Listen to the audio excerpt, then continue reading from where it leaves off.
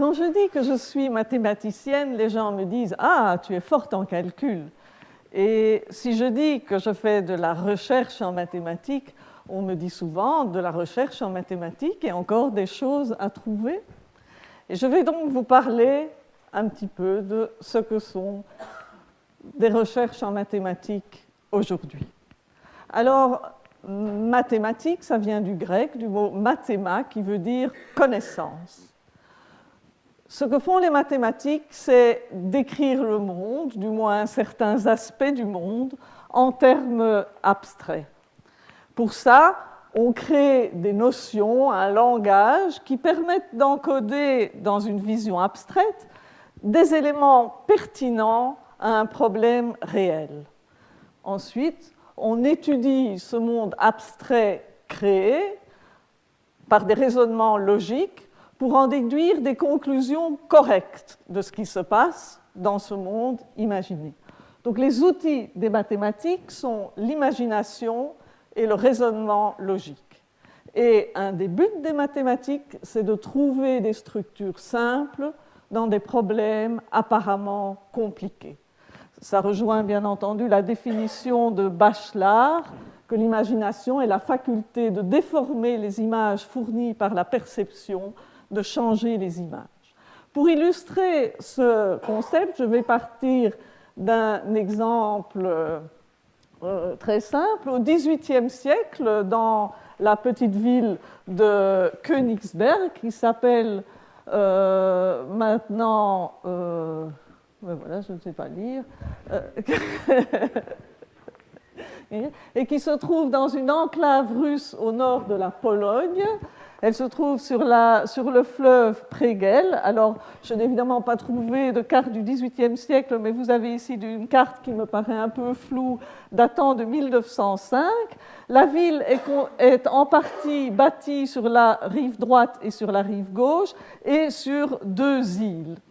Et il y avait à l'époque 7 ponts, 2 ponts qui relient cette île à la rive droite, 2 à la rive gauche, un pont qui relie à la grande île et un pont reliant la grande île à chacune des rives. Si vous voyez la carte, il y a aussi un pont, mais qui est évidemment ultérieur, qui est un pont du chemin de fer. Donc la question que se posaient les gens de Königsberg, c'est est-il possible de faire une promenade dans la ville en passant une et une seule fois sur chacun des 7 ponts?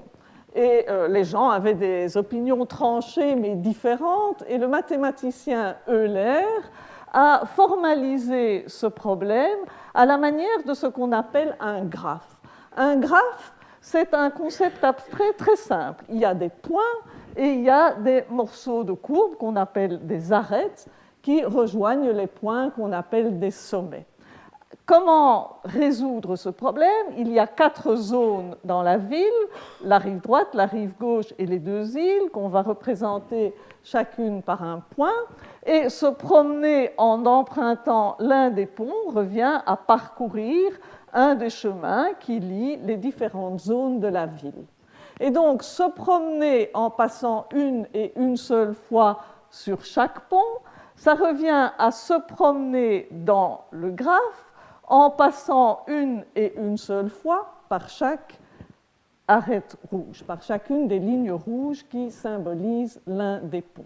Donc c'est une façon d'extraire de ce problème réel une abstraction qui prend les éléments pertinents passés une et une seule fois sur chaque pont.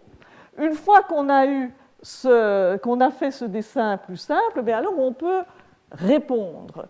Parce que va-t-il se passer? Vous devez partir d'une des 4 zones, vous devez arriver dans une des 4 zones, mais il y a 2 zones dans lesquelles vous ne ferez que passer. Comme vous ne ferez que passer, si vous prenez un chemin, un pont, donc pour y arriver, il faudra en repartir, donc il faudra un autre pont pour en repartir. Ce qui veut dire que dans les zones où vous ne faites que passer, celle qui n'est ni le départ ni l'arrivée, il faut certainement qu'il y ait un nombre pair de ponts, puisque vous voulez chaque fois passer par des ponts différents. Si vous êtes arrivé, vous devez repartir. Or, si vous comptez le nombre de ponts, eh bien, en chaque endroit, c'est un nombre impair. C'est 3 ici, 3 qui arrivent dans la grande île, 3 qui arrivent sur la rive droite, 3 qui arrivent sur la rive gauche et 5 qui arrivent sur l'île A. Donc, il n'y a pas moyen de passer une et une seule fois sur chaque pont, puisque vous n'aurez pas 2 zones où vous ne pourrez que transiter, arriver, repartir, arriver, repartir. Alors, vous allez me dire, quoi? Les mathématiciens, vous faites toute une théorie pour savoir si on peut se promener dans les 7 ponts de Königsberg. Mais à quoi jouez-vous les mathématiques? À quoi ça sert? Alors, ce que j'aimerais vous montrer, c'est que les mathématiques aujourd'hui sont omniprésentes. Elles interviennent dans les calculs de vos primes d'assurance, dans les prix cryptographie quand vous utilisez votre carte bancaire, dans toutes les reconnaissances de formes, les compressions des images quand vous avez une photo en JPEG, la conception des avions, des voitures, l'imagerie médicale, quand vous utilisez votre GPS. Et qu'aujourd'hui, elle se développe très rapidement. Il y a environ 100 000 chercheurs en mathématiques dans le monde. Il y a environ 2 millions de pages de nouvelles mathématiques écrites par an. Ceci dit, la majorité des non-mathématiciens entend très rarement parler des nouveaux développements mathématiques. Pourquoi ? Parce que les mathématiques sont une construction généralement difficile, qui s'appuie sur des concepts qu'on crée depuis plus de 2000 ans. Dans les mathématiques, ce sont des structures de plus en plus compliquées qui se créent, et donc on parle rarement de nouveaux développements, sauf quand il y a un théorème qu'on a démontré alors qu'il traînait, qu'on n'arrivait pas à le montrer depuis 200, 300, 350 ans. Mais dans ce cas-là, le théorème paraît fort abstrait et on n'en voit pas non plus directement l'utilité. Je pense aussi qu'une des choses qui fait qu'on se rend mal compte qu'il y a une recherche en mathématiques, c'est que les mathématiques qui sont présentées dans l'enseignement apparaissent généralement comme une théorie existante et fermée, c'est-à-dire on pose des problèmes qui ont une solution avec les méthodes qu'on a apprises précédemment. Et on ne se rend pas nécessairement compte qu'il y a des tas de problèmes pour lesquels on n'a pas encore de méthode de solution. Et d'autre part, les notions de base en mathématiques, qui sont l'addition, la soustraction, la multiplication et la division, ça paraît un peu dépassé de les enseigner vu qu'on peut se servir d'ordinateur, mais on a pu constater récemment que ça ferait du bien même à nos politiciens de pouvoir additionner et multiplier certains nombres. Donc je vais reprendre la notion de graphe, cette notion pour savoir si on peut se promener à Königsberg. Qu'est-ce que sont devenus ces graphes avec le temps? Mais si je vous dis que des graphes, c'est le même nom que ce qu'on appelle des réseaux, là, vous constaterez que c'est utile dans beaucoup de choses. Les réseaux de transport, les réseaux sociaux, les pages web, les réseaux neuronaux, des problèmes en économie quand une firme doit livrer un produit à différents endroits, mais quel est le chemin qui sera le plus court? Et concernant les réseaux, il y a des problèmes qui sont très importants, le transport de l'information, la vitesse de transport de l'information, comme on l'a vu dans les crises politiques récentes. Et j'aimerais, à ce propos des réseaux sociaux, vous raconter une petite histoire. Dans un aéroport à Séoul, en attendant un avion, je parle avec un Japonais et je me rends compte que le cousin de l'ami de mon fils est le condisciple du neveu de son associé. Et on se dit, waouh, le monde est petit. Est-ce que le monde est petit? Donc, il y a moi, mon fils, je vais faire un graphe, les sommets seront les personnes, et je vais faire ce qu'on appelle une arête, un lien entre deux personnes, quand il y a une relation, que ce soit une relation d'amitié, de famille ou de connaissance de travail. Donc, mon fils est lié par un chemin 1, et puis il y a son ami, et puis il y a son cousin, et j'ai dit le cousin de l'ami de mon fils, est, qu'est-ce que j'avais dit, est le condisciple du neveu, de l'associé, de la personne à qui je parle dans l'aéroport. Donc ce qu'on a observé, c'est qu'entre nos deux personnes, il y a un chemin de longueur 6, si la longueur compte le nombre d'arêtes qui nous lient. Et on se dit, waouh, le monde est petit. Alors, qu'est-ce qui se passe en règle générale? Eh bien, quand on a un graphe qui a un nombre grand P de sommets, hein, donc ici, les sommets, ce seront les êtres humains. Donc, prenons une population actuelle de 7 milliards d'individus, enlevons 20% qui n'ont pas de contact. Donc, il me reste 5 milliards 600 millions d'habitants. Et si je suppose que de chaque sommet partent K arêtes, donc ici ce sont toutes les relations d'amitié, etc. Donc je vais imaginer, je pense qu'on peut dire qu'en moyenne les gens ont 40 personnes dans leur connaissance, ça ne me paraît pas une estimation trop forte. Quand on a un graphe à P sommets et que de P sommets partent K arêtes distribuées au hasard, ce que des mathématiciens américains ont prouvé, Watts et Strogatz, et ça c'est récent, c'est 1998, c'est que la longueur du chemin entre deux personnes est donnée par le logarithme de P divisé par le logarithme de K. Le logarithme, c'est ce nombre, vous savez, c'est la puissance qu'il faut mettre à 10 pour obtenir le nombre. Hein, donc pour 10, le logarithme, c'est 1.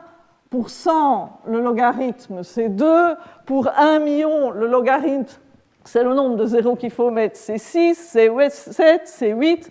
Pour 5 milliards 600 000 habitants, le logarithme pour nous ici, c'est 9,7. Et je dois diviser par le logarithme de 40, j'ai arrondi, hein. Et le logarithme de 40, c'est à peu près 1,6. Donc, quand vous divisez les deux, vous obtenez 6,08. Donc, la longueur que j'ai eue dans l'aéroport avec le japonais pris au hasard, c'est simplement la longueur moyenne entre deux individus. Si vous prenez un Russe et un Américain et qu'ils essayent de discuter, en moyenne, ils sont à distance 6, donc le monde est vraiment petit. Alors, j'aimerais vous montrer une autre application de la théorie des graphes qui est utilisée en sciences humaines, elle est utilisée en psychiatrie, elle est utilisée en médecine. Ça correspond aux tours de Hanoï. Je ne sais pas si vous savez ce que sont les tours de Hanoï. Ce sont des jeux pour des tout petits enfants qui ont 3 piquets et je ne sais pas si vous voyez, ce sont des anneaux de taille différente. Et le jeu consiste à déplacer les anneaux un à la fois, mais je ne peux jamais en mettre un plus grand sur un plus petit.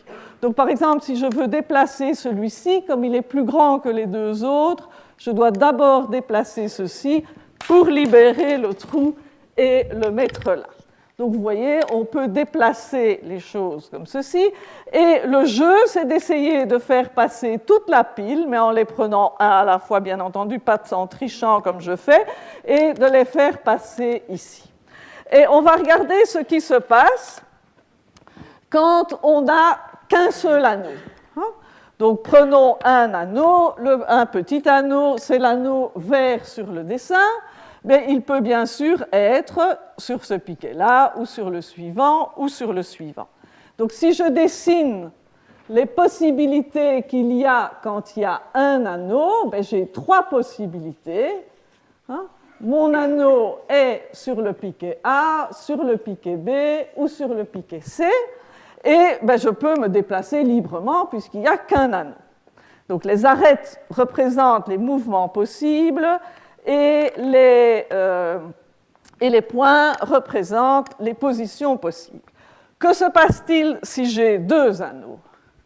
Eh bien, si j'ai deux anneaux, c'est un peu plus compliqué. Vous obtiendrez 9 positions possibles. Pourquoi? Ben, la première position, c'est avoir les deux anneaux sur le piquet A. Alors, je vais noter la position sous la forme AA. La première lettre, c'est le piquet où est le plus gros. La deuxième lettre, c'est le piquet où est le plus petit. À partir de là, où est-ce que je peux aller? Je peux aller avoir le gros en A et le petit en B. Donc, par un mouvement, je trace l'arête, j'arrive en AB. Ou, en passant toujours de mon AA, j'aurais pu prendre le petit et l'amener tout à fait à droite. Donc, le grand est sur A, le petit est sur C. Quand le petit est sur C, ben alors je peux déplacer. Qu'est-ce que je peux faire? Ou bien je peux redéplacer ça comme ça, c'est l'arête qui monte. Je peux revenir au point de départ, ce n'est pas très intéressant. Je peux faire encore, mais c'est une arête. Et je peux bien sûr à ce moment-là déplacer le gros qui est libre et le mettre ici. Donc je peux passer en BC. Et de B et C, ben après le petit, je peux le mettre ici, j'arrive en BB, ou le petit, je peux le mettre là, j'arrive en BA. Alors ben, vous continuez, quand vous avez celui qui est en A et celui qui est en B, ben, vous voyez que vous pouvez déplacer le gros, mais je n'ai pas le choix, je vais arriver en AC. De là, je peux aller en CC et je peux aller en CB. Donc, vous voyez les 9 positions possibles. Quand vous en prenez 3, et ça, c'est le diagramme qui est un peu pâle, mais qui est dessiné là, vous voyez que, eh bien, vous avez toutes ces possibilités. Ici, les 3 sont en A. Alors, évidemment, je ne peux déplacer que le petit. Je le mets en B ou en C. Une fois que j'ai déplacé le petit, je peux déplacer celui du milieu. Donc, toutes ces positions-ci, ça revient aux positions où j'ai ajouté le troisième anneau en A et j'ai réécrit tout ce que j'avais fait pour les deux autres. Ou bien entendu, j'ai les 3 positions où le grand est en C, et de nouveau les petits sont en A et B, et les 9 positions où le grand est en B et les deux autres sont où ils peuvent. Donc vous voyez que le diagramme s'agrandit. Et pourquoi est-ce que c'est utilisé en psychologie? C'est pour montrer les problèmes que les gens ont à se concentrer. Donc, ce qu'on va leur demander, c'est d'essayer de faire passer, la pile de tous les anneaux en A à tous les anneaux en C, et de voir, on peut suivre sur le graphe le chemin qui est suivi par les mouvements que fait la personne.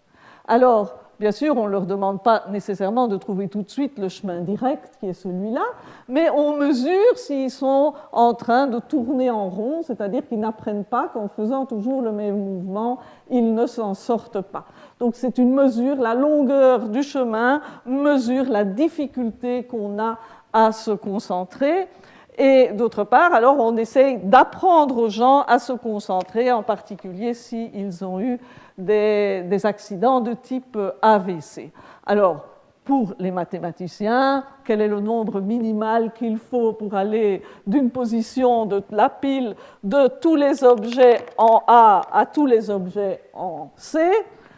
Si on reprend quand vous n'avez qu'une seule plaque, c'est très facile, c'est un mouvement. Vous le bougez de A en C. Quand vous avez 2 plaques, si vous devez bouger de AA en CC, disons, je monte, j'ai 1, 2, 3 mouvements. En règle générale, vous avez 2 exposants n moins 1 mouvement. Vérifions qu'en n égale 1, ça fait 2 moins 1, 1 mouvement, c'est ça qu'on avait sur le graphe. quand vous prenez n égale 2, 2 exposant 2, ça veut dire 2 fois 2, ça fait 4, moins 1, ça fait 3 mouvements. C'est bien ce qu'on avait pour monter de AA en CC. Sur le dessin ici, si vous comptez quand il y en a 3, 1, 2, 3, 4, 5, 6, 7, le nombre minimal est 7, c'est bien 2 exposant 3 qui fait 8 moins 1. Comment est-ce qu'on peut le montrer en général? C'est ce qu'on appelle une démonstration par récurrence. Si je veux faire passer toute ma pile de cette pile-là à cette pile-là, ben, il faudra qu'à un moment donné, je puisse bouger le grand. Pour que je puisse bouger le grand, il faut que tous les autres soient sur une pile.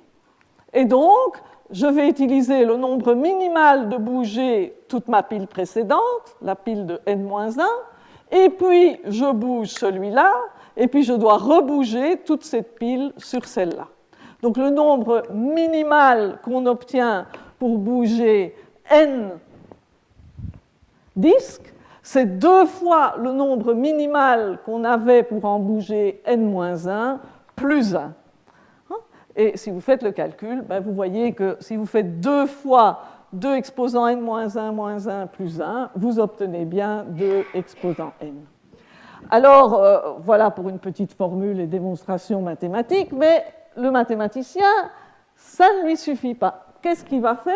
Il va dire, et si je fais tendre n vers l'infini? Bien sûr, là, les psychologues arrêtent et ils ne vont pas demander des choses impossibles à leurs patients, mais regardez les dessins qu'on obtient en faisant les graphes de toutes les positions possibles. On avait d'abord un triangle avec 3 points.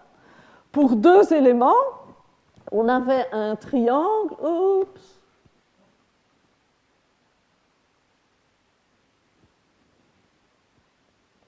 On avait cette série de 3 petits triangles. Oui, mais ça ne va pas avec leur truc. On avait cette série de 3 petits triangles. Et puis, quand on était avec 3, on était ici. Avec 4, on était ici. Et vous voyez que quand n tend vers l'infini, on tend vers ce qu'on appelle une figure fractale. Qu'est-ce que ça veut dire, une figure fractale? C'est une image, et telle que si vous zoomez ici sur ce triangle-là, que vous le multipliez par 2, ben vous réobtenez l'image de départ. Si vous prenez ce petit triangle ici et que vous l'augmentez par 4, vous obtenez toujours le même triangle. Donc vous avez beau zoomer, c'est toujours la même figure. Alors, il y a une autre façon d'obtenir ce triangle de Sierpinski. Vous commencez par un triangle tout noir, un triangle équilatéral, et vous coupez comme ça un petit triangle au milieu. Et puis dans chacun de ces petits triangles, vous en coupez un au milieu. Et puis dans chacun de ces 9 triangles-là, vous coupez un au milieu. Vous continuez comme ça, mais vous arrivez à la même figure, le triangle de Sierpinski. Donc vous voyez que c'est une figure pour laquelle on peut arriver à partir d'une surface, de quelque chose de dimension 2, ou à partir de droites, qui sont des trucs de dimension 1. La dimension est entre 1 et 2, c'est un fractal. Et il y a une façon amusante d'arriver à la même figure. Vous dessinez sur le plan 3 points, un rouge, un vert, un bleu.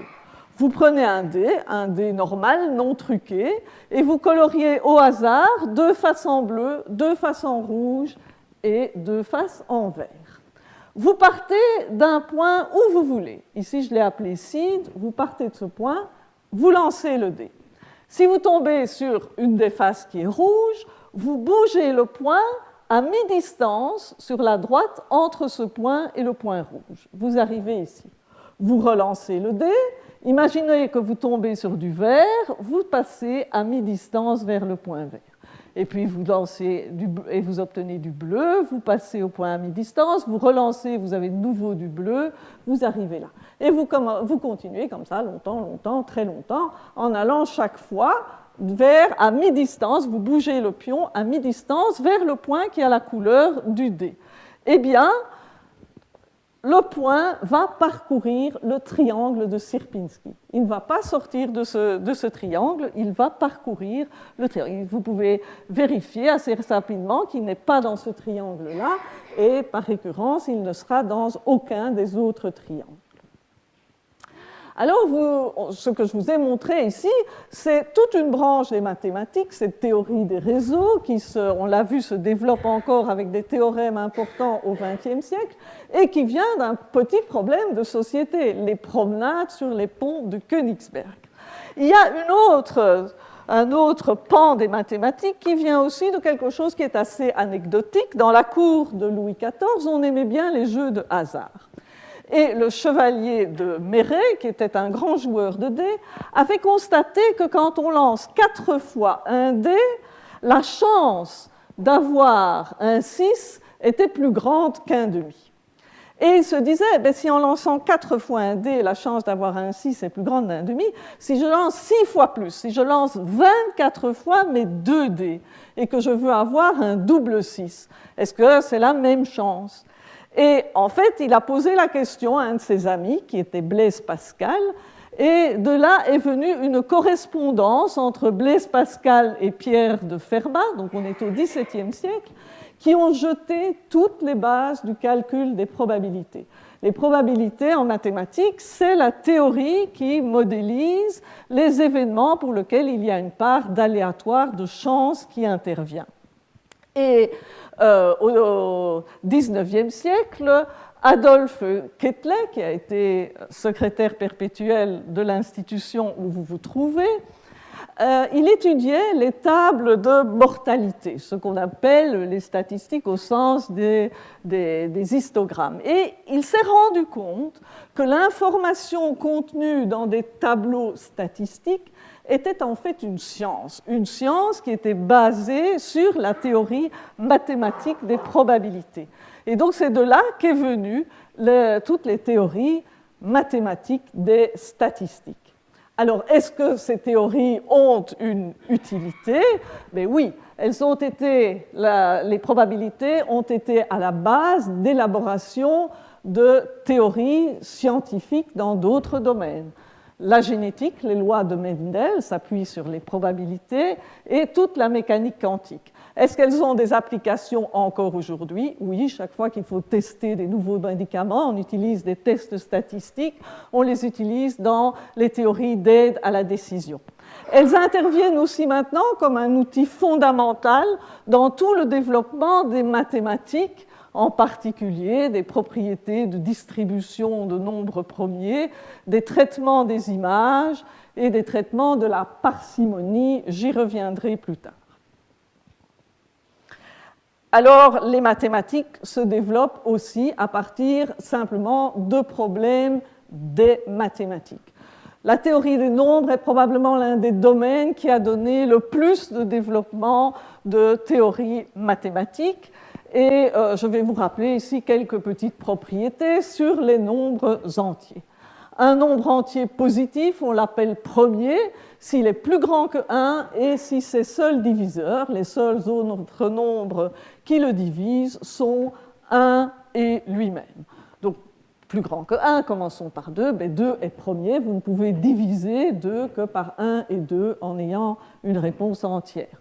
De même, 3, 4, il n'est pas premier parce que vous pouvez le diviser par 2. 4, c'est 2 fois 2.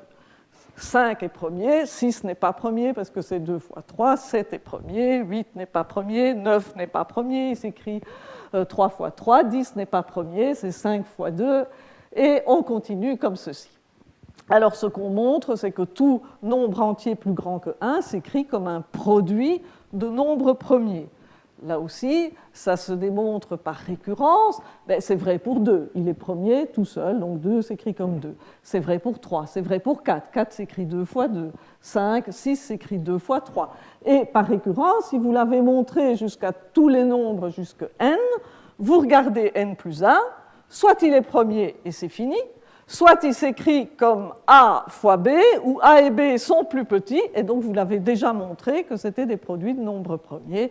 Vous mettez tout ensemble, et tout nombre s'écrit comme produit de nombres premiers. Alors, de là, on déduit qu'il y a une infinité de nombres premiers. De nouveau, pour les mathématiciens, s'il y en avait qu'un nombre fini, si vous aviez que P1, P2 jusqu'à Pk, vous prendriez leur produit, vous ajouteriez 1, et ça n'est divisible ni par P1, ni par P2, ni par Pk, puisque vous avez ajouté 1, et donc vous auriez un nombre premier en plus, alors que vous aviez dit que la liste était finie. On en déduit aussi que deux nombres entiers ont toujours un plus grand commun diviseur. Le plus grand commun diviseur, c'est le plus petit entier nombre D positif qui peut s'écrire comme une combinaison, donc comme un nombre entier fois A plus un nombre entier fois B. Donc prenons un exemple. Si vous voulez connaître le plus grand commun diviseur de 15 et de 9, c'est 3, et 3 s'écrit 2 fois 15 moins 3 fois 9.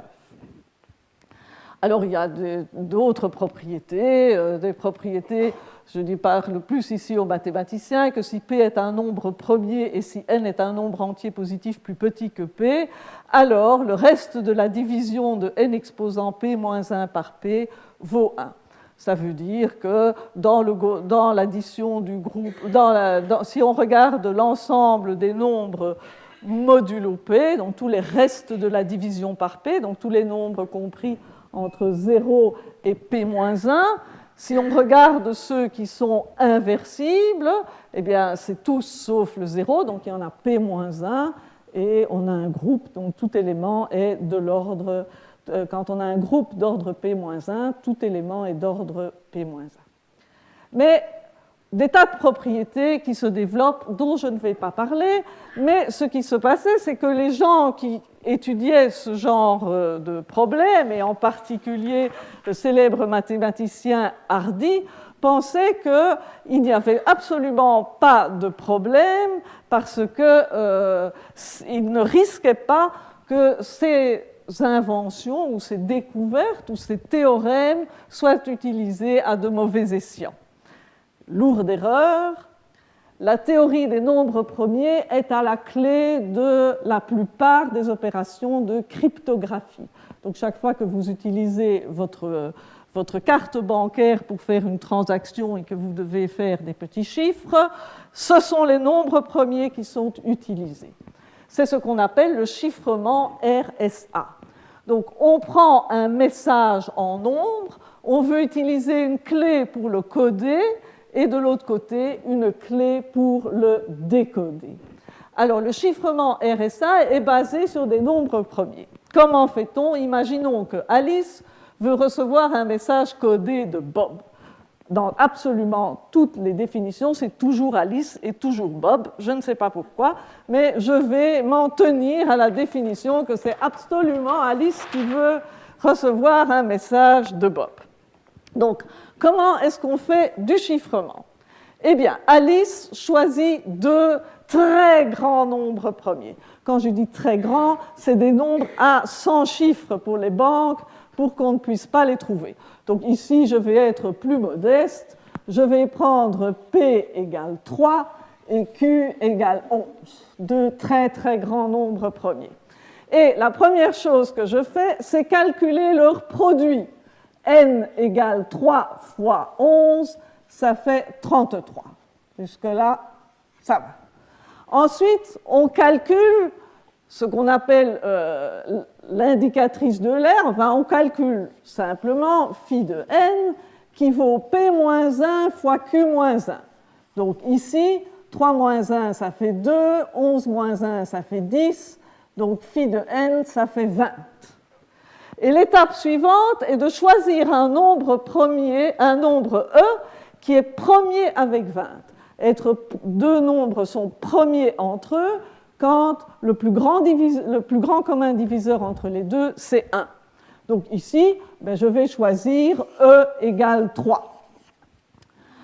Alors, une fois que j'ai ça, la clé publique, donc ce que Alice va envoyer à Bob, mais que tout le monde peut connaître, c'est le couple NE. Donc c'est 33, 3, c'est la clé publique.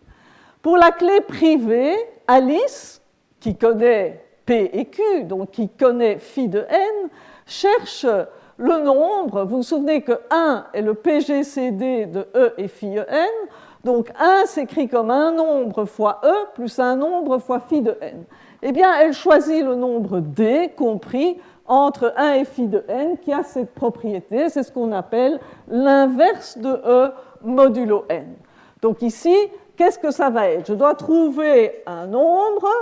eh bien, ça va être 7. Pourquoi? Parce que je peux écrire 1 comme 3 fois 7, ça fait 21, moins 20. Donc, c'est bien ça, 7 qui est l'inverse de 3 modulo 1. Et la clé privée, ça va être 33, 7. Alors, que doit faire Bob pour coder le message? Eh bien, Bob, il veut codifier un de ces nombres. Imaginons qu'il veut codifier m égale 4. Alors, comment est-ce qu'il va codifier m égale 4? Il va mettre m à la puissance e et il va calculer le reste de la division par n. Donc, il va prendre 4 à la puissance 3, ça veut dire 4 fois 4 fois 4, donc ça veut dire 16 fois 4, ça veut dire 64, et il prend le reste de la division par 33. Donc, le m qui est 4, il va être codifié, le reste de la division de 64 par 33, c'est 31. 64, c'est égal à 33 plus 31. Et que va faire Alice? Alice, elle va recevoir le chiffre 31. Comment est-ce qu'elle va le décoder? Elle va prendre ce chiffre C, 31, elle va le mettre à la puissance 7 et elle va calculer le reste de la division par 33. Alors, 31, ça se comporte comme moins 2. Quand je peux ajouter ou enlever 33, 31 se comporte comme moins 2. Alors, moins 2 à la puissance 7, c'est plus facile à calculer. Vous avez moins 2, 4, moins 8, 16, moins 32. Mais moins 32, c'est la même chose que 1. On continue. 1 fois 2, ça fait 2. 2 fois 2, ça fait 4. Donc, vous voyez que le reste de la division, vous retombez sur 4. Et ce que j'ai fait avec 4, par les propriétés qui sont mises en bleu, qui sont pour les mathématiciens, sera vrai pour tout nombre. Donc, si l'un a pris le reste de la division en faisant exposant E, et puis que l'autre fait le reste de la division par l'exposant D, on retombe sur ce qu'on avait au départ. Et c'est ça, la méthode de chiffrement qui est utilisée chaque fois que vous utilisez votre carte de banque. Donc, c'est pour ça que faire des recherches sur les nombres premiers est quelque chose de très important, parce que vous comprenez que ça ne peut marcher que si n'importe qui ne peut pas dire « Ah ben c'est ça le D » et pouvoir déchiffrer tout et vider votre compte. Donc, ce qu'il faut, c'est qu'en connaissant N et E, on ne puisse pas retrouver D. Or, pour retrouver D, ce qu'il faut, c'est connaître P et Q pour pouvoir faire phi de n qui était P-1 fois Q-1.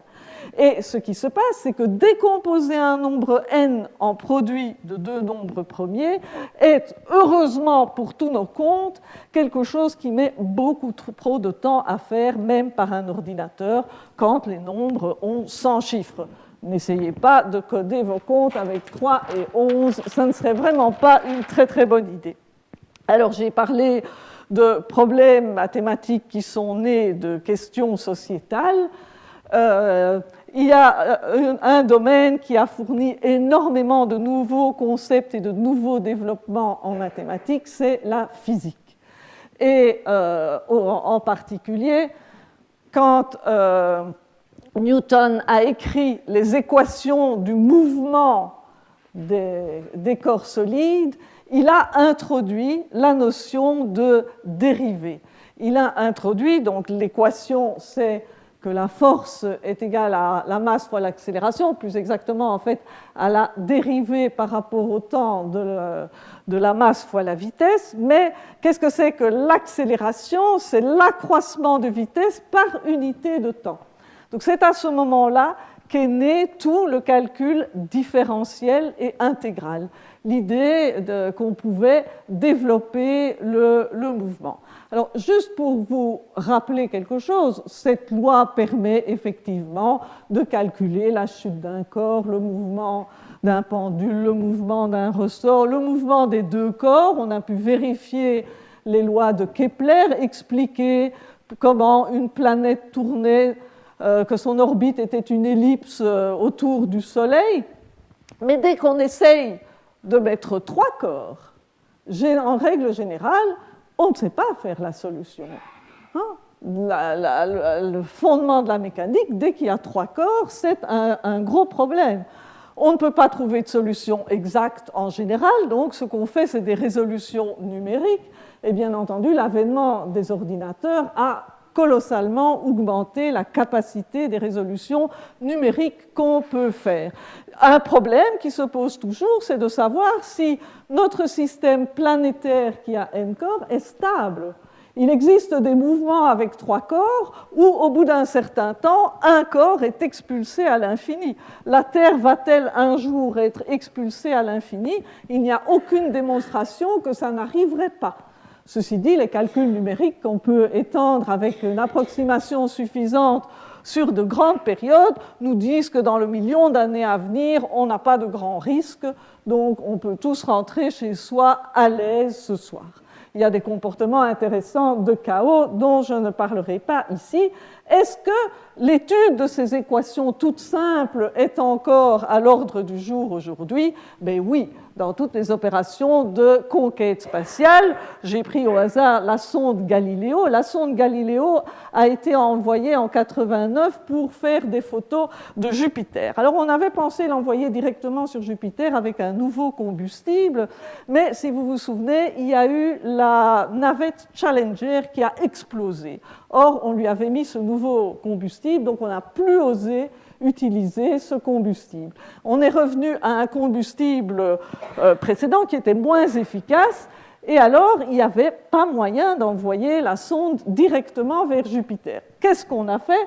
On l'a envoyée vers Vénus. Elle a tourné autour de Vénus, elle est revenue tourner autour de la Terre, on l'a envoyée tourner autour de l'astéroïde Gastra, elle est revenue tourner autour de la Terre, et puis elle est partie vers Jupiter en passant près de l'astéroïde Ida, et là, elle est restée pendant plusieurs années. Elle a envoyé 14 000 photos de Jupiter et de ses satellites. Je vous ai mis quelques photos de la NASA ici. Et on a découvert en particulier sur le satellite Europa de Jupiter une croûte de glace et des signes dans cette croûte de glace qui semblent montrer qu'il y a de l'eau liquide encore présente en dessous de la croûte de glace. Et donc, comme c'était une des possibilités d'endroits où la vie pourrait se développer, quand le carburant de la sonde Galileo a commencé à devenir très faible, on a dévié sa trajectoire pour qu'elle aille s'écraser dans l'atmosphère de Jupiter pour éviter que des bactéries de la Terre puissent contaminer une hypothétique vie sur le satellite Europe. Alors pourquoi est-ce que les équations interviennent? Pourquoi est-ce qu'on a fait cette trajectoire invraisemblable pour la sonde Galileo? Parce qu'en fait, chaque fois que la sonde passait près d'une planète, elle gagnait de la vitesse. Comment est-ce que c'est possible? Vous avez une sonde qui arrive à une vitesse v auprès d'une planète, de Vénus par exemple. Mais ce qu'il ne faut pas oublier, c'est que la planète elle-même, elle bouge par rapport au système solaire. Donc, si elle arrive et que la planète vient dans le même sens, par rapport à la planète, la vitesse de la sonde, ben vous additionnez, elle s'additionne. Alors, par rapport à la planète, les lois de Kepler disent qu'elle tourne et qu'elle repart à la même vitesse. Mais de nouveau, par rapport au Soleil, quand elle repart, il y a en plus, elle a la vitesse v plus u par rapport à la planète. Mais comme la planète bouge par rapport au Soleil, elle a une vitesse v plus 2u. Donc chaque fois qu'elle passait près d'une planète, elle gagnait de la vitesse. Quand elle est passée près de Vénus, elle a gagné 2 km par seconde. Quand elle est passée les 2 fois près de la Terre, elle a gagné un peu plus de 3 km par seconde. Donc tout ce parcours lui a fait gagner 5 km par seconde et a permis qu'elle aille jusqu'à Jupiter et fasse ce qu'on voulait qu'elle fasse là-bas. Une fois qu'on a des dérivés, qu'on peut regarder des accroissements par rapport au temps, ben on peut regarder des accroissements par rapport à n'importe quelle variable et on peut écrire des équations aux dérivés partiels. Navier et Stokes ont écrit alors les équations, pas besoin de les lire, mais elles sont là, les équations qui décrivent le mouvement d'un fluide visqueux. Un fluide, ça peut être un liquide ou ça peut être un gaz. Alors, bien entendu, ces équations-là, c'est encore pire que 3 corps, donc on ne sait pas les résoudre. Mais il y a des méthodes d'approximation, de calcul. On approxime ces équations, on trouve des solutions, et c'est utilisé partout dans le design des voitures et des avions, dans les prévisions météorologiques et dans les prévisions également de la façon dont le sang circule dans les artères. Donc on peut faire des prévisions des meilleurs pontages à faire ou ne pas à faire. Alors j'ai voulu mentionner quelques applications qui ont eu lieu dans la dernière année. D'abord, en Angleterre, l'étude de ces équations par des mathématiciens, il y a des programmes, bien sûr, qui traitent de ces équations. N'importe quelle industrie peut faire tourner des programmes. Mais parfois, et de plus en plus, il y a des rapports directs entre des industriels et des mathématiciens pour adapter les calculs à la situation précise qu'ils veulent. En particulier, on a amélioré les machines pour traire le lait en Angleterre. Donc la prochaine fois que vous verserez un verre de lait, pensez que vous prenez là un peu de mathématiques. On a également amélioré l'exploitation des vieux puits de pétrole. Quand un puits de pétrole a été déjà fort exploité, c'est plus difficile d'extraire le pétrole et on doit chauffer la roche. Donc pour trouver les endroits les plus adéquats pour placer des chauffages pour les roches, on a fait également appel à des mathématiciens. Un autre développement a été dans le choix du gaz, le choix du gaz dans un pistolet à gène.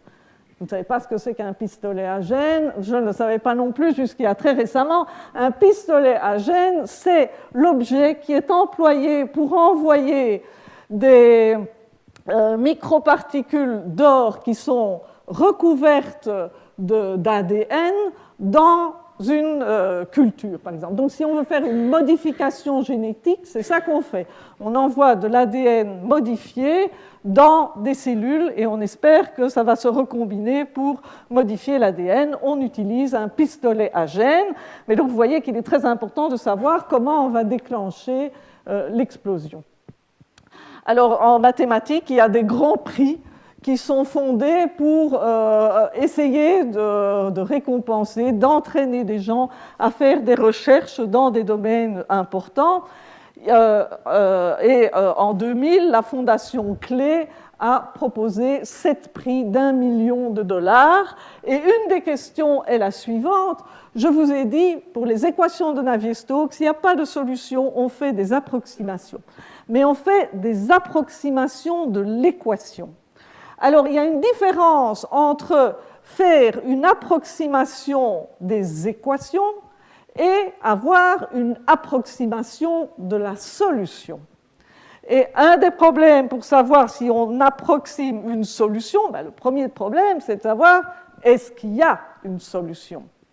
Et le prix consiste, pour bien comprendre la validité de cette approximation, une étape serait de prouver qu'une solution exacte existe pour toute valeur du temps, et c'est l'objet d'un des prix du millénium. Alors, je vous ai parlé ici d'un des domaines, donc toutes les équations différentielles et les équations aux dérivées partielles, qui est venu de la physique à l'origine. Un autre problème qui vient de la physique, c'est la décomposition de fonctions. On parle aussi de décomposition de signaux. Les physiciens étudiaient la corde vibrante. Donc vous prenez une corde de violon et vous la faites vibrer. Comment peut vibrer cette corde ? Elle peut n'avoir qu'un arc ou 2 arcs. Les bouts sont toujours fixés et la corde a différents mouvements. Ça correspond à la note fondamentale et toutes ces harmoniques. Mais vous savez que le son, quand on joue avec une corde, suivant la façon dont on touche la corde, et ça fait toute la qualité des interprètes, vous allez avoir un son qui est une superposition de toutes ces harmoniques.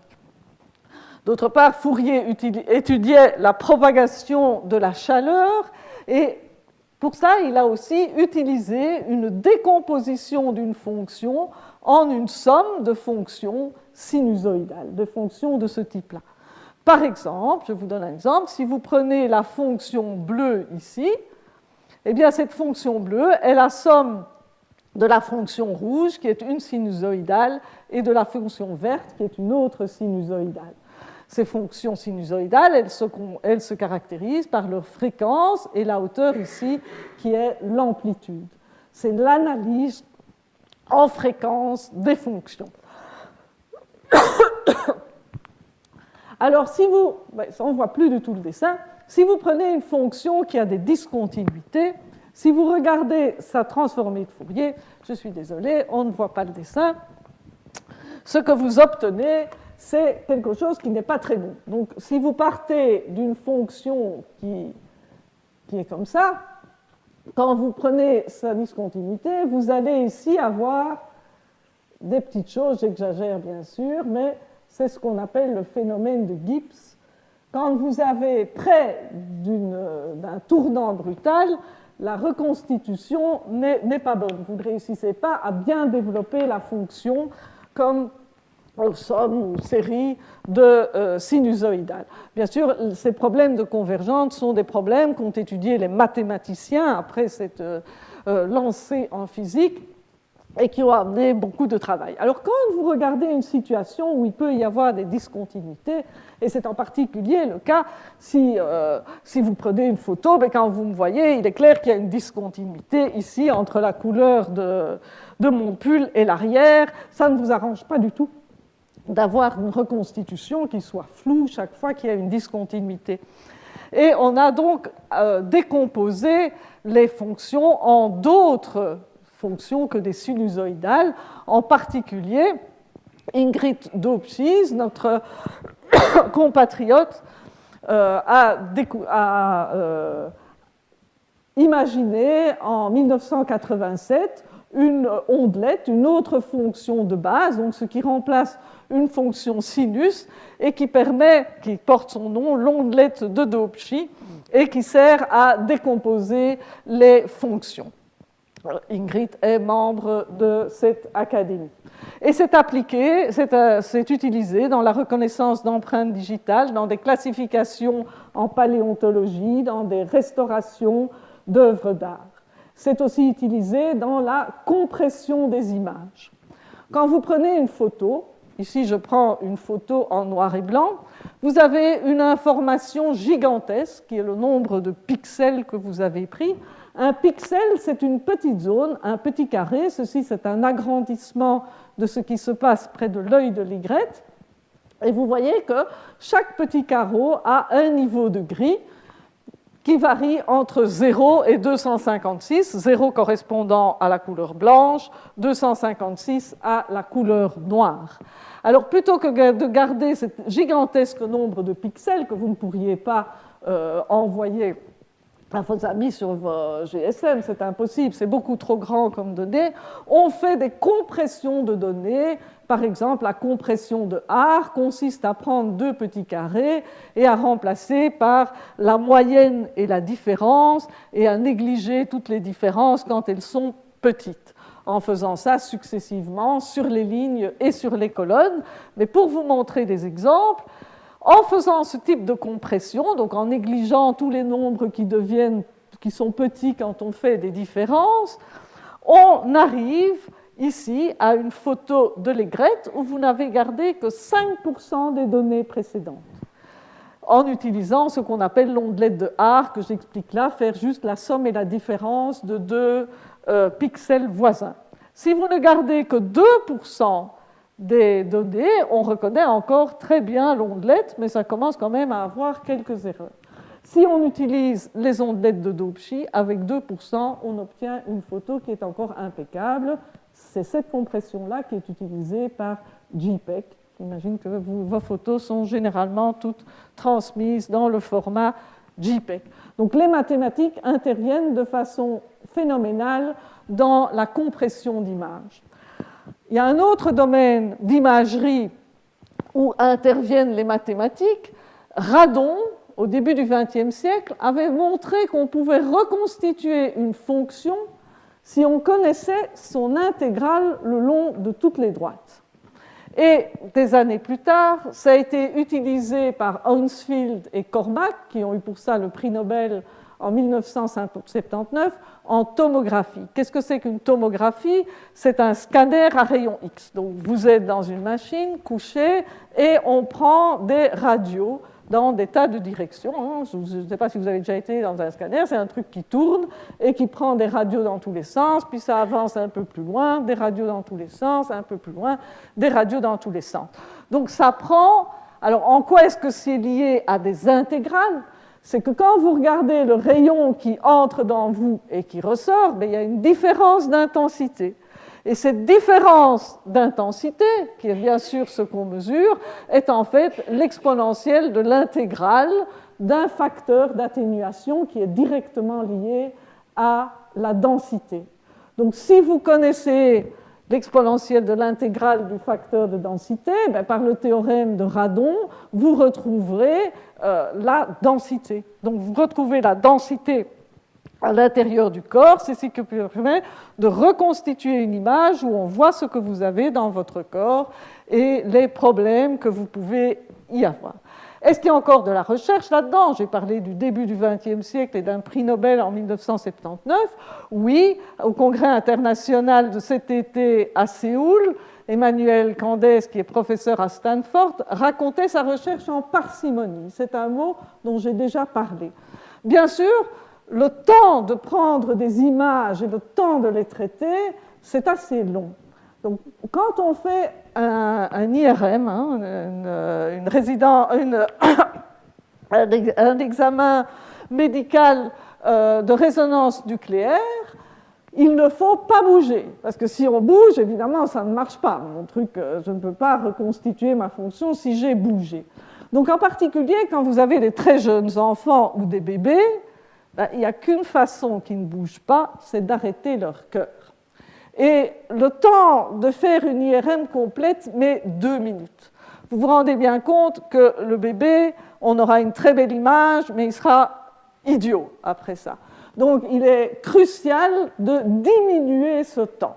Et l'équipe du professeur Candès a trouvé des méthodes qui sont des méthodes statistiques. On ne prend pas toutes les directions, on prend des directions au hasard, on utilise des compressions, et il réussit à faire l'image en 15 secondes. Et donc, c'est utilisé par des hôpitaux américains pour traiter de jeunes enfants. Les images marchent. En 15 secondes, on réussit à avoir des images qui suffisent pour faire des opérations. Donc, je vous ai montré là toutes des théories mathématiques qui ont une efficacité redoutable dans des applications de la vie courante.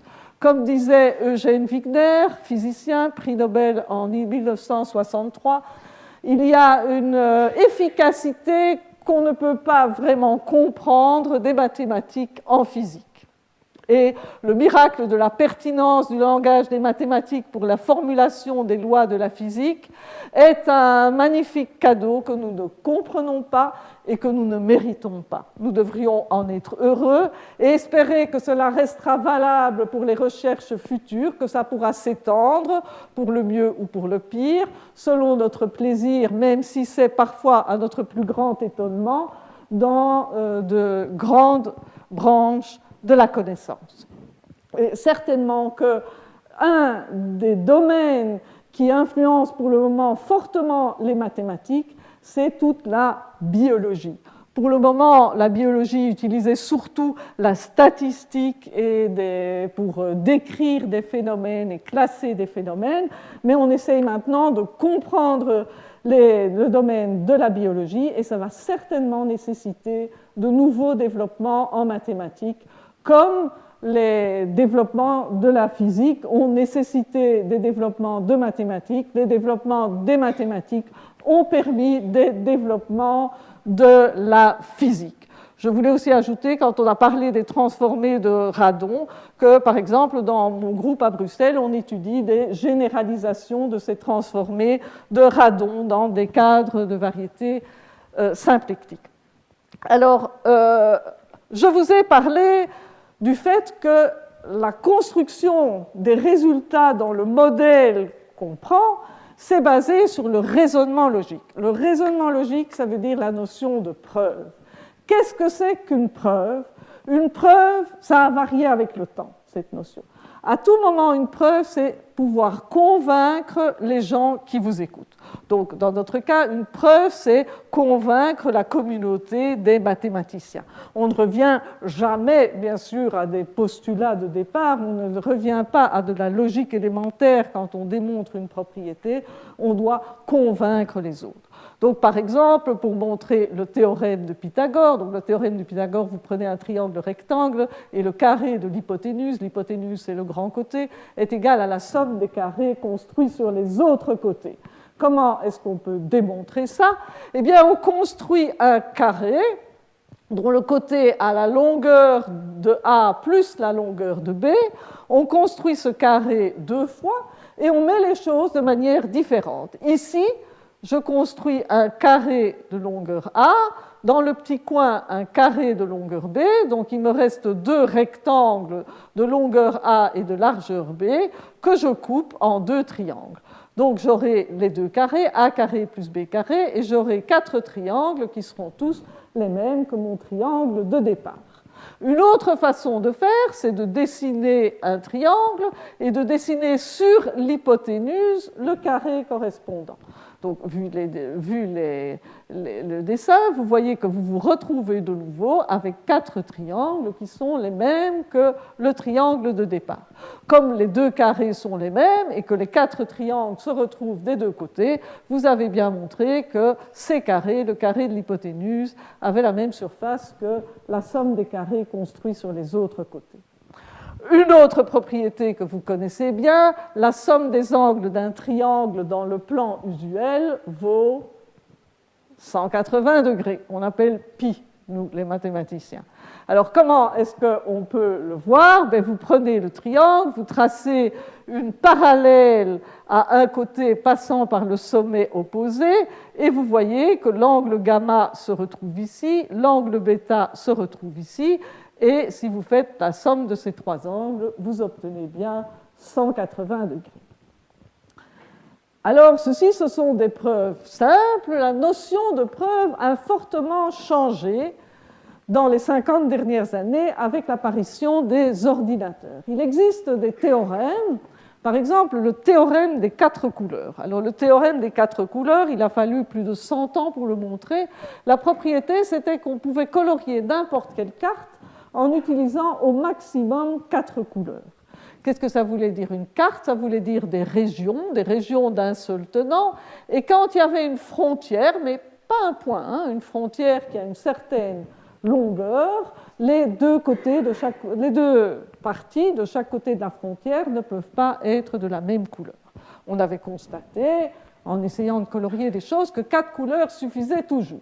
Alors si on prend les régions de la Belgique, avec la règle que je vous ai dite, 2 couleurs suffisent largement. La région bruxelloise ne touchant pas la région wallonne, on pourrait les colorier toutes les 2 de la même couleur, c'est la même langue, c'est normal, mais ce ne serait pas politiquement correct. Donc mon problème ne tient évidemment pas compte du politiquement correct. Alors, il faut au moins 4 couleurs, parce que imaginez que vous voulez colorier cette petite région-là, il n'y a pas moyen de le faire avec moins de 4 couleurs, puisqu'elles se touchent toutes comme ceci. Alors, les graphes reviennent. Comment est-ce que les graphes reviennent? Eh bien, si à chaque région, vous associez un sommet, et quand 2 régions se touchent, vous dessinez une arête, vous obtenez un graphe qu'on appelle un graphe simple planaire, et colorier des cartes, ça revient au même que colorier des graphes. La démonstration qu'on pouvait le faire par 4 couleurs, elle utilise en partie l'ordinateur pour vérifier que des tas de cas ne peuvent pas se passer. Et donc les mathématiciens se sont partagés. Certains trouvent que c'est une preuve, certains n'aiment pas le fait qu'on ne puisse pas le vérifier à la main, qu'il faut vérifier par ordinateur. Ceci dit, la partie à vérifier par ordinateur a diminué avec le temps. Maintenant, tout le monde peut faire, ou à peu près, un programme devant tester ce qu'il faut faire et tout le monde est convaincu par le théorème. Ce qui est amusant, c'est que, je ne vais pas le faire parce que ça prendrait au moins 10 minutes, mais qu'il est très facile de voir que 6 couleurs suffisent. Et on peut même montrer que 5 couleurs suffisent. Là, pour 6 couleurs, on utilise des propriétés géométriques, ce qu'on appelle la caractéristique d'Euler. Un autre problème qui peut arriver avec les preuves, c'est qu'il y a des preuves gigantesques. Il y a un objet, une structure en mathématiques qui s'appelle les groupes. Ça, vous en avez peut-être entendu parler, mais ça encode les idées de symétrie. Et ces groupes sont faits à partir de petites briques de Lego qu'on appelle les groupes simples. Et en 1983, il y a eu une preuve qu'une liste de ces blocs de Lego vous donnait tous les blocs de Lego possibles, tous les groupes simples possibles. C'est un travail de 800 pages et régulièrement, il y a des petites corrections à faire. On estime que le théorème est montré parce que chaque fois qu'il y a une correction à faire, elle est minime et qu'on y arrive, mais la dernière version date de 2008. Alors, dans le même genre d'idée, Gregory Perelman, en 2002, a prouvé ce qu'on appelle la conjecture de Poincaré, qui porte sur une caractérisation topologique, je ne viendrai pas ici, de la sphère en dimension 3. Donc la sphère de dimension 3, hein, donc la sphère qui serait comme dans un R4. C'était une des questions, je vous ai parlé des prix du millénaire, c'était une des questions qui vaut 1 million. Il y a peu de personnes qui ont totalement lu cette preuve pour être sûres de chaque étape, mais ça a pris quelques années et en 2006, ça a été estimé être une preuve et on lui a attribué la médaille Fields, qui est la plus haute distinction qui est attribuée à un mathématicien, qu'il a refusé. Et la Fondation Clé a décidé en 2010 de lui attribuer le prix qu'il a également refusé. Alors, je vous ai dit qu'on doit bien définir les notions qu'on a introduites pour pouvoir y faire des théorèmes. C'est ce qu'on appelle une axiomatique ou une définition. Je vous ai bien défini ce qu'étaient les graphes. Eh bien, une axiomatique, ça remonte, les premières axiomatiques remontent au temps des Grecs, et c'est Euclide qui a fait l'axiomatique de la géométrie d'Euclide. Alors, il y a 5 axiomes. Les 4 premiers, ça veut essentiellement dire qu'il y a des points. Quand on a 2 points, il y a une notion de droite qui passe par ces 2 points, qu'on a une notion de distance entre 2 points, et qu'on a une notion d'angle. Mais le 5e postulat est de nature différente. Ce n'est pas la formulation d'origine d'Euclide, mais il est équivalent à ceci. Il dit que quand on se donne un point et une droite, eh bien, il existe exactement une et une seule parallèle passant par ce point. Et c'est un axiome que les gens ont essayé de démontrer. Ils avaient l'impression que ça devait être une conséquence des géométries. Ça a l'air évident qu'on ne peut pas faire autre chose. Eh bien, donc ça a suscité beaucoup de travail jusqu'à ce qu'on se rende compte que ce 5e axiome n'est pas du tout une conséquence des suivants en construisant d'autres géométries. Alors, un exemple, c'est la géométrie sphérique. La géométrie sphérique, les points, ce sont les points de la sphère. Donc la sphère, c'est juste le ballon, hein. Ce n'est pas ce qui est à l'intérieur. La sphère, c'est le ballon de football. Alors, les points, ce sont simplement les points du ballon. Ce qu'on va appeler une droite, c'est un grand cercle. Donc c'est l'intersection de la sphère avec un plan qui passe par le centre. Et la distance entre 2 points, c'est ce qu'on mesure sur un grand cercle. Vous tirez une ficelle et vous la mesurez, c'est la distance d'une ficelle qui est tirée sur le cercle, et l'angle, c'est vraiment l'angle que vous mesurez entre les droites avec votre rapporteur sans le plan tangent. Donc vous avez une géométrie parfaitement bien définie, mais si je prends le point B, j'ai la droite qui passe par A et C, c'est le grand cercle. Ben, toutes les droites qui passent par B, c'est des grands cercles, il n'y en a aucune qui est parallèle, elles vont toujours couper le grand cercle. Donc c'est une géométrie où, quand vous prenez une droite et que vous prenez un point extérieur à la droite, il n'y a en général aucune parallèle. Et si vous mesurez les angles dans cette géométrie, prenons un triangle. Donc je prends un grand cercle qui est l'équateur et je prends deux grands cercles qui sont les méridiens. Donc entre les méridiens et l'équateur, à l'équateur, l'angle est 90 degrés. L'angle ici aussi est 90 degrés, et au-dessus, ben, je peux l'ouvrir autant que je veux, et donc je vois que les sommes, c'est 180 degrés, plus l'angle au-dessus qui peut varier. Alors ces géométries ont été généralisées par Riemann, qui a montré qu'on pouvait faire des géométries sur n'importe quelle surface plongée, et qui est allé au-delà, c'est tout le domaine de la géométrie différentielle. Alors, vous avez vu, l'angle, ben, il ne vaut pas toujours 180 degrés. Qu'est-ce qu'on peut dire? On a une formule qu'on appelle la formule de Gauss-Bonnet, qui dit que quand on prend un triangle sur une sphère, la somme des trois angles du triangle, alpha plus bêta plus gamma, c'est égal à 180 degrés, donc pi, plus quelque chose qui est proportionnel à la surface du triangle. C'est la surface du triangle divisée par le carré du rayon de la sphère. Et, de nouveau, pour ceux qui aiment les mathématiques, la démonstration est assez facile. Prenez le secteur dont l'angle est alpha. C'est le secteur bleu que j'ai regardé ici.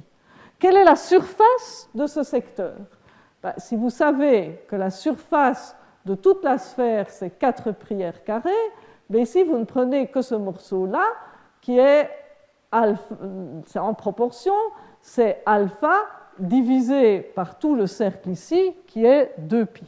Donc la surface de ce petit secteur d'angle alpha, c'est alpha sur 2pi fois la surface de la sphère. Quand vous simplifiez par 2pi, il vous reste 2 alpha r carré. La surface en bêta, j'ai défini en vert, le segment vert. Pour la même raison, ça va vous donner 2 bêta r carré. Et le petit segment en gamma, ça va être 2 gamma r carré. Donc si je somme maintenant la surface mauve, la surface verte et la surface bleue, qu'est-ce que j'ai? Si vous voyez, j'ai tous les points de la demi-sphère supérieure. J'ai le morceau ici qui était le morceau bleu, là j'ai le morceau vert, là j'ai le morceau mauve, donc je les ai tous. Mais j'ai un peu trop, parce que vous voyez que le triangle lui-même, je l'ai compté dans le morceau mauve et je l'ai compté dans le morceau bleu. Donc je l'ai compté 2 fois. Et le morceau vert, il est descendu trop bas. Vous voyez, derrière, il descend en dessous de l'équateur. Mais ce qu'il y a en dessous, c'est de nouveau le triangle. Donc si je fais SA plus SB plus SC, j'ai bien une demi-sphère, c'est-à-dire 2 pi r carré, mais comme j'ai compté 3 fois le triangle, j'ai plus 2 fois la surface du triangle. Alors si on met tout ensemble, vous avez SA qui est 2 alpha r carré, plus SB qui est 2 bêta r carré, plus SC qui est 2 gamma r carré. Donc ça, et je dis que ça, c'est 2 pi r carré plus 2s. Alors, on simplifie par 2. On divise par r carré. Donc, à gauche, il nous reste alpha plus bêta plus gamma. J'ai divisé par r carré. À droite, je divise par r carré. Il me reste pi plus s sur r carré. C'est une formule fondamentale en géométrie qu'on peut généraliser à toutes sortes d'autres surfaces. Alors, une autre géométrie qui est apparue avant la géométrie sphérique, c'est la géométrie hyperbolique, qui a été imaginée par Bolyai et Lobachevsky au XIXe siècle. Alors, la façon la plus simple de la voir, c'est de la regarder comme une sphère, entre guillemets, dans l'espace de Minkowski. L'espace de Minkowski est l'espace dans lequel on peut faire de la relativité restreinte. Donc on a un produit, on a une idée de produit scalaire, de longueur de vecteur, mais qui n'est pas toujours positive.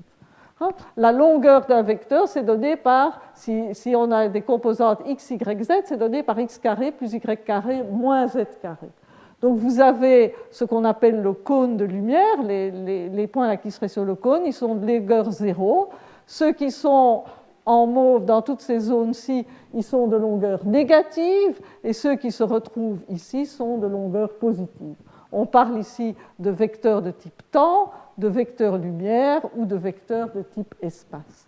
Si vous prenez la pseudosphère donc de rayon moins 1, et que vous prenez, c'est donc l'hyperboloïde à 2 nappes, si vous ne prenez qu'une nappe, eh bien, avec la métrique induite par celle de Minkowski, c'est un modèle de géométrie hyperbolique.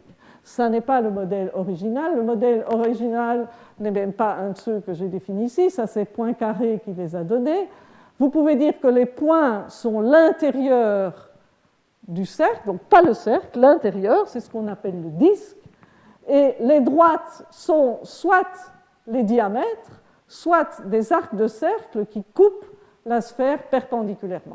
On peut en fait l'obtenir à partir cette hyperboloïde à une nappe en projetant sur le plan où z égale 0 à partir du point 0, 0, moins 1. Et on obtient ce dessin-là.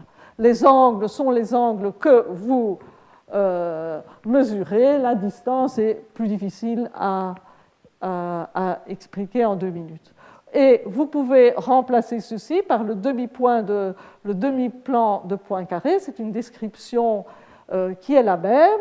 Les droites ici sont les demi-droites verticales. Les points sont tous les points supérieurs à l'axe des x dans le plan, et les autres droites sont de nouveau les cercles qui viennent couper la droite des x perpendiculairement. Alors, pour les mathématiciens, une façon agréable de passer de l'un à l'autre, c'est de prendre ce qu'on appelle la projection stéréographique. Donc, vous prenez le disque de Poincaré, vous le mettez à l'équateur d'une sphère. Par projection stéréographique, vous le ramenez sur la demi-sphère supérieure, vous faites tourner la sphère, et puis vous reprojetez en projection stéréographique, et vous avez le demi-plan de Poincaré. Alors, est-ce qu'il y a encore de la recherche à ce propos?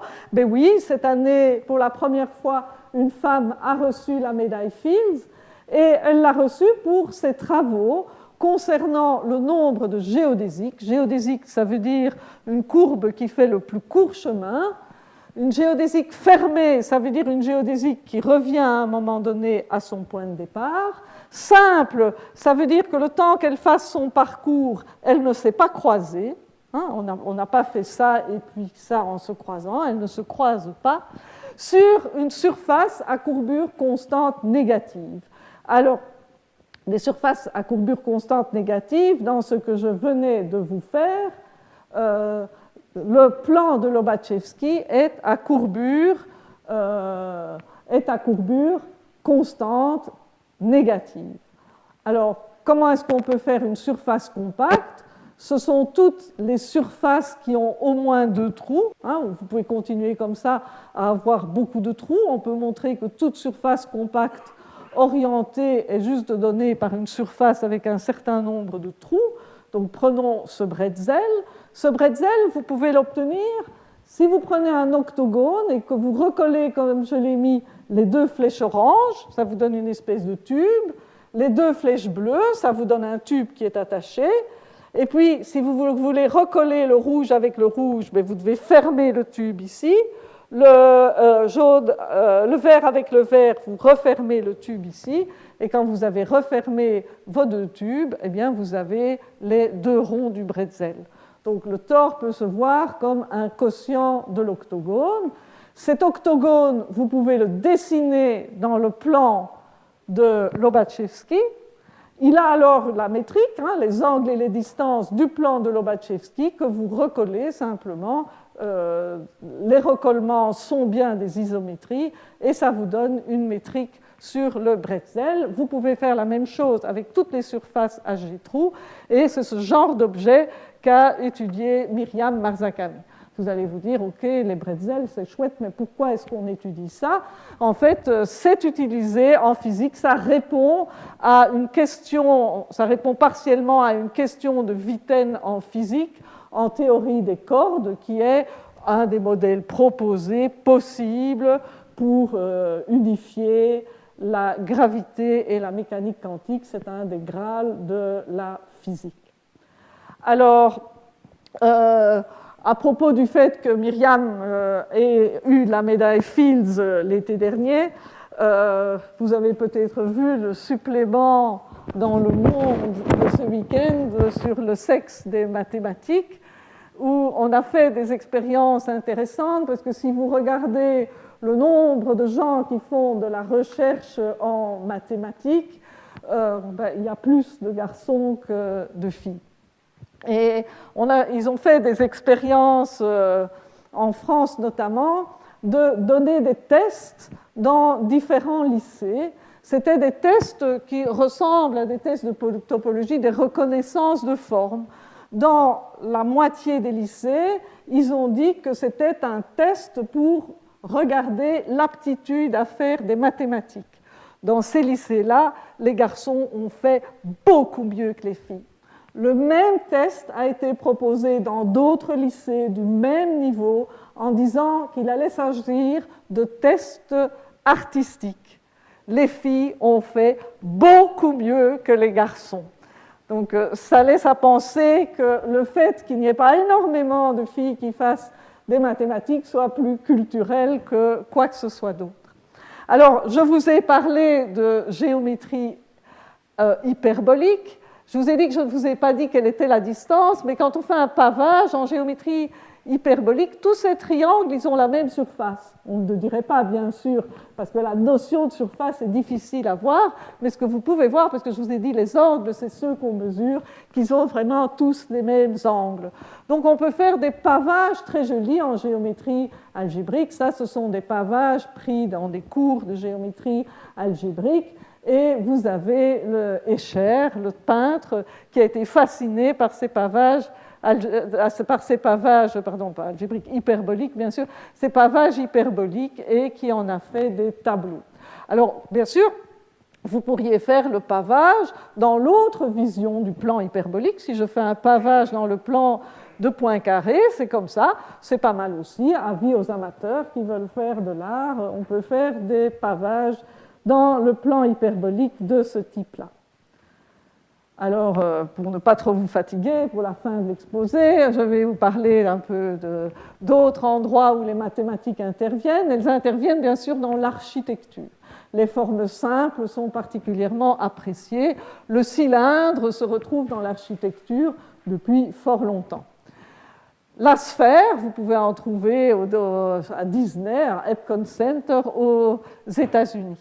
L'hyperboloïde a une nappe. Donc l'hyperboloïde, on a vu l'hyperboloïde à deux nappes. On avait x carré plus y carré moins z carré égale moins 1. Ça, c'était l'hyperboloïde à deux nappes. Si vous mettez égal à 1, vous avez une surface qui ressemble à ceci, qui est l'hyperboloïde à une nappe. Et il a la propriété qu'il y a des droites sur cet hyperboloïde, et donc c'est utilisé en architecture parce qu'on peut mettre des piliers en béton le long de ces droites. C'est utilisé. Ceci, c'est un château d'eau en Russie. Ceci, c'est un passage entre deux bâtiments qui a été fait à Manchester.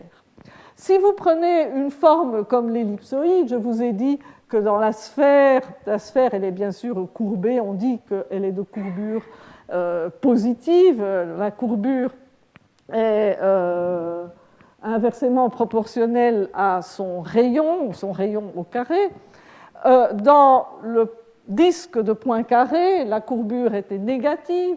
De manière plus générale, sur une surface, la courbure n'est pas constante, mais il y a des sens dans lesquels on est plus courbé, des sens dans lesquels on est moins courbé. Donc, en un ellipsoïde, on peut dessiner les lignes qui correspondent à des plus grandes courbures ou des plus petites courbures. Là où elles sont constantes, ce sont les lignes de courbure de l'ellipsoïde. Et quand vous construisez un bâtiment, vous devez savoir où sont ces lignes de courbure pour pouvoir renforcer le bâtiment. Alors, ceci, c'est un ellipsoïde qui a été fait à Pune en Inde. Et quand j'étais à Séoul, j'ai pu voir le musée de design qui s'était ouvert en mars et qui a des formes très extraordinaires.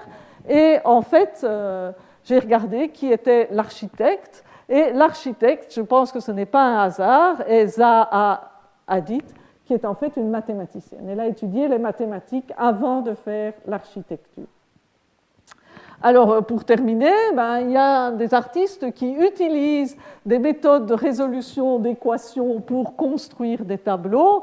Et au Congrès international, j'ai gagné des tableaux faits de cette manière. Ça s'appelle idéaux morcelés. Je crois qu'on ne voit pas très bien la photo, mais vous voyez des petits détails. Et ça a été fait donc à partir d'ordinateurs et d'équations.